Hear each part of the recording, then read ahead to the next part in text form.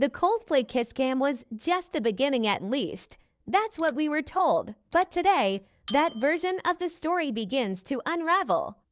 Because a former astronomer employee has come forward with information that could completely rewrite the timeline of Kristen Cabot's secret relationship. Hidden meetings, overlapping travel, deleted calendar invites, and a chilling phrase overheard in the hallway, "Keep it quiet."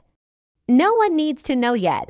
What if everything we thought started in 2024 actually began much earlier? This isn't just gossip. It's a whistleblower account.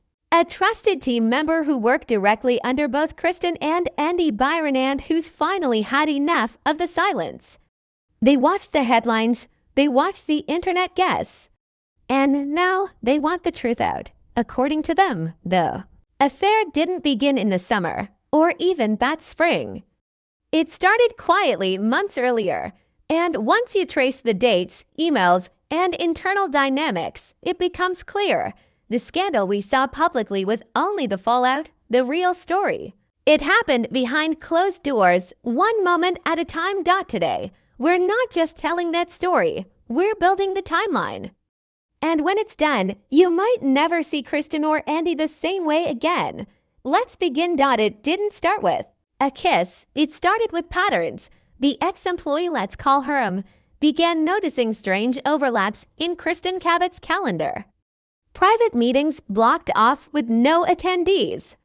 Travel requests submitted outside protocol, internal. Slack messages between Kristen and Andy Byron that vanished after being read. At first, it didn't raise alarms. Kristen was known for her focus. She was sharp, organized, and impossible to outwork.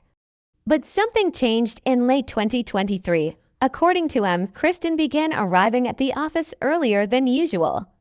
Not unusual for a high-level executive, but she wasn't alone. Andy's car was already parked outside. When staff arrived, both were already in Kristen's glass-walled office, seated close, heads angled in toward a laptop or each other. There were moments, fragments, a look held too long. An elevator that stayed shut for 5 extra floors. A bottle of wine delivered to Kristen's floor with no name and no occasion. And then there were the off-dash sites. Tech companies often host team-building events, but these were different. According to internal logs, Kristen and Andy both attended a leadership retreat in Aspen. Only 3 people were supposed to go. 2 boarded the jet. 1 didn't show. The logs weren't updated. The photos weren't posted, and when asked, each simply said the trip was productive. Later, there were discrepancies in travel reimbursements. Hotel charges billed under one name, while security footage showed 2 check-ins. Kristen always paid in full, but knew she wasn't the only one in the room. The final red flag came during a strategy session. Kristen referenced a meeting with Andy that no one else had on record. She brushed it off, called it an informal brainstorm. But when checked the conference logs, that room hadn't been used that day, at least not officially. One day, Kristen's assistant slipped and mentioned rescheduling your regular Friday check-in with Andy. No such check-in existed on the calendar, but the phrase made sense to those paying attention. None of it was proof. But together, it painted a picture, a quiet one. Hidden in calendar entries, timestamps, and deleted chats. Not scandalous on their own, but unmistakable. Once assembled. And Kristen, she moved through it all with perfect poise, like someone who believed no one would ever find the thread. Officially, there was no relationship. That was the line repeated across astronomers' HR department, whispered in closed-door executive meetings, and circulated quietly by PR advisors. Their colleagues, they said, "There's nothing to investigate." Even after Kristen's divorce filing, even after the Coldplay concert, even after the rumors took on a life of their own, inside the company, employees were told to avoid speculation, no discussions on Slack, no comments in meetings. If someone made a joke, it was met with silence or a warning. It wasn't just denial. It was choreography, According to M, the internal culture shifted fast. Kristen, once warm and present, became sharper, less visible. Andy too. They began avoiding public meetings, relying instead on one-on-one syncs that weren't recorded, documented, or even listed. There were no emails between them, not anymore. Messages were sent through encrypted apps. Conversations were moved to phone calls, away from internal logs. To the public, the relationship didn't exist. And internally, no one could prove it did. But there were signs, a junior analyst noticed. Kristen's office had a second batch swipe late at night. A team coordinator spotted Andy leaving through the service elevator. An engineer joked that Kristen's phone always lit up when Andy left the room and everyone went quiet. Still, there was no confirmation, just small, isolated observations. Because when power is involved, when titles, equity, and reputations are on the line, truth becomes a liability. Employees who spoke too freely were reassigned. One assistant who mentioned Kristen's private visitor during a team happy hour was transferred to another floor the next day. No explanation, no return. Another was removed from key projects after reporting excessive contact between the two executives, and when HR was asked directly, their response was always the same. There's no inappropriate conduct to report. Please focus on your responsibilities. Too many. That was enough. Don't ask, don't get involved, don't risk it. But for him, it was a red flag. Not because of what was said, but because of how carefully everything was unsaid. There was no scandal because there was no record. There were no violations because there were no emails. There was no relationship because no one dared to name it, and yet everyone felt it. Everyone adjusted to it. Even Kristen's behavior reinforced it. She never flinched when people looked too long. She never explained her absences. She simply walked with the confidence of someone protected not by truth, but by power. And Andy, he didn't need to say anything. His silence was a signal. His presence, discreet, constant, became a shadow that followed Kristen into every room. The relationship never existed, not officially, but in the silence between meetings, in the reassigned roles, in the erased logs and polite threats. It was everywhere. You didn't need to see it to know it was real. You just had to know where to look. The kiss cam at Gillette Stadium happened on August 17th, 2024, but according to M, that wasn't the beginning. It was the climax. Shared a list of internal dates compiled quietly over months. Timestamps, travel records, notes from project dashboards. When aligned, they reveal something unsettling. Kristen Cabot's connection with Andy Byron started long before the public scandal. It begins on November 9th, 2023, a Friday afternoon. Kristen booked a last-minute strategy session with Andy. Outside normal hours, nothing unusual, until it became a pattern. By November 30th, that strategy session had become a weekly fixture. Always late, always unlogged. By mid-December, I noticed they were traveling more often to the same cities, booked on separate flights, yet arriving at the same hotels. In January 2024, Kristen canceled a public board event, citing a family emergency. But internal logs showed her boarding a flight to San Francisco the same day Andy checked into a private conference there, February 3rd. A team member flagged a video file security footage showing Kristen and Andy entering a side entrance at Astronomer HQ just after midnight. The file was deleted 2 hours later, March 10th. Kristen filed for divorce. Not long after, she and Andy attended a private investor dinner in Chicago. Photos never surfaced, but the reservation to guests. One last name. And then the dates accelerated. April, Kristen began adjusting her schedule around Andy's. Teams noticed she was no longer available for morning calls, but was routinely seen leaving the building late at night. Her parking pass logs showed exits past 1 a.m. Andy's? Minutes earlier, May, a junior developer accidentally received an internal calendar invite. It was meant for Andy. It was titled, Review Kristen Private. When IT attempted to trace The origin, the event had already been deleted. June. Noticed Kristen no longer referred to Andy in meetings as the CEO. She just said Andy, first name, every time. And when one intern asked if she reported to him directly, Kristen only smiled and said, "You could say that." Then came August 17th, the kiss cam. The stadium lights, the viral clip to the world. That was the reveal.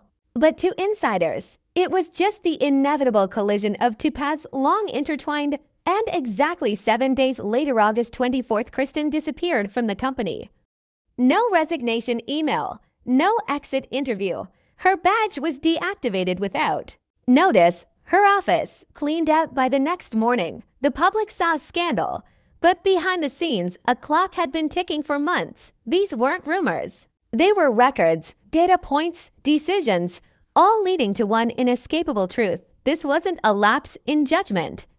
It was a deliberate, sustained convergence. The only question left is how much of it was love and how much was something else. Entirely, when a scandal hits the public eye, it looks chaotic, but behind the scenes, it's often controlled. According to Kristen Cabot and Andy Byron didn't just hide their relationship, they engineered the conditions to erase it.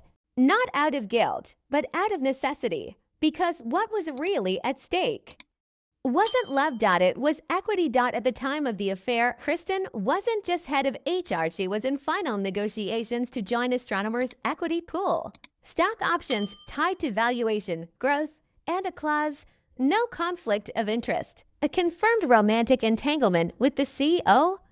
Automatic disqualification. For Andy, the risk was bigger. Astronomer was in talks for a late-stage funding round. $200 million on the table. Any hint of internal misconduct could have collapsed the deal or worse, triggered a full board investigation. So, the relationship had to vanish. And it did. Strategically. Encrypted chats, unofficial meetings, and marked travel. Kristen and Andy built a system that rewarded silence. Anyone who knew was given subtle warnings, promotions withheld, projects reassigned. Key employees rotated without explanation. There was even a term floating around the office, noise mitigation. Says it came from a comms advisor hired specifically to stabilize optics. Their job wasn't to stop the relationship. It was to prevent detection. Some of the tactics were quiet. Others, more aggressive. Department budgets were reshuffled. Meeting notes were lost. Security footage was corrupted. Files disappeared from project servers without explanation. When one employee pushed for clarity during a leadership Q&A, their question was cut from the final transcript, and Kristen. She knew the terrain. HR isn't just about people, it's about protecting the company. She understood the blind spots. She managed internal complaints. She knew which questions would trigger reviews and which ones wouldn't. That's what made the silence so effective. There was no smoking gun. Just quiet pressure, private chats, rewritten records, and above all deniability. One employee filed a complaint in early June. They'd noticed inconsistencies. After a short investigation, the complaint was dismissed. The report was sealed. The employee was offered a lateral transfer and tried to raise concerns quietly, but was told the matter was internally resolved. Weeks later, her department was restructured. Key files went missing. A server was retired for upgrades. Her name was removed from a shared project she'd led for 6 months. That's when she started documenting everything. Not to expose, just to understand. But when the kiss scam went viral and the public storm hit, realized the truth wasn't just buried. It had been buried perfectly. And that's what made it dangerous. Because if the world had never seen that concert clip, Kristen and Andy might have kept going, not in secret, but in silence. No press release, no scandal, no accountability. Just two powerful people using a system built to keep them safe no matter who got pushed out of the frame. The story of Kristen Cabot and Andy Byron isn't just about a relationship. It's about what power looks like when no one's watching, and what silence becomes when it's weaponized. For months, we believe the kiss scam moment was the beginning of a scandal. A woman caught in a mistake, a CEO behaving badly, a marriage shattered in public view, but the truth, if you trace it backward, is more deliberate, more structured, more dangerous. This wasn't a slip, it was a strategy. The affair didn't explode. It unfolded slowly, quietly, protected by titles, money, and an ecosystem that knew how to bury the truth, not with lies, but with gaps. Gaps in records, gaps in accountability, gaps where the truth used to live. And now, Kristen is gone, Andy stepped down, astronomer has issued no statements, and the world has moved on, but it hasn't. She still remembers the calendar invites, the deleted files, the hallway whispers, and she still wonders if the concert camera hadn't caught them. Would we ever have known? Would Kristen still be in power? Would the system have continued untouched, unseen, unchallenged? Or worse, is it still continuing somewhere else? You've heard the dates. You've seen the pattern, so we ask you, was Kristen a woman trapped in someone else's power, or was she the one writing the rules?